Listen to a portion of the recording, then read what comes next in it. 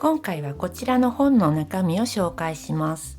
ミシンでサクッとはぎれ小物。私の作品も3つ載っています。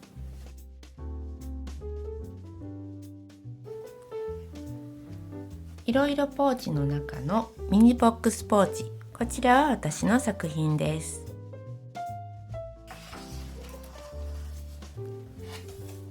ボックスポーチやこのようにシアー素材を使ったかわいいパックンポーチ、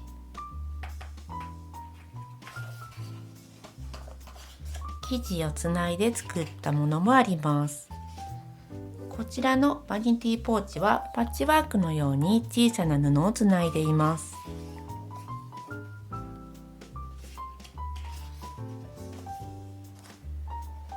こちらのゴミ入れ付きティッシュポーチ、これも以前に私が作った作品です。口のところにゴミ袋がずれない工夫をしています。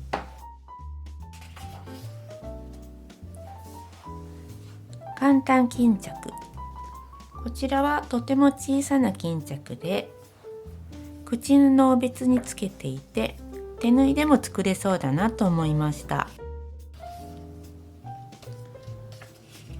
パッチワークの布合わせのヒントになりそうな作品がたくさんあります。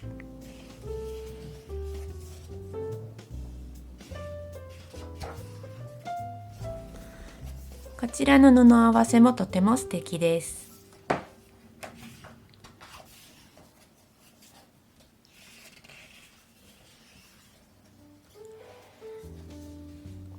丸小皿の小物入れ、これも実物大型紙付きです。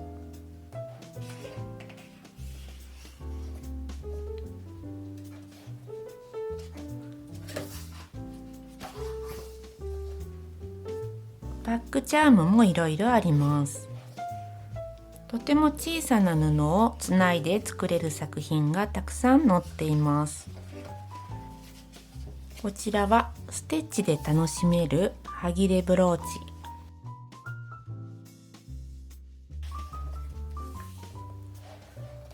夏らしい色合いの種子も可愛いです。後半は実物大型紙や作り方が載っています。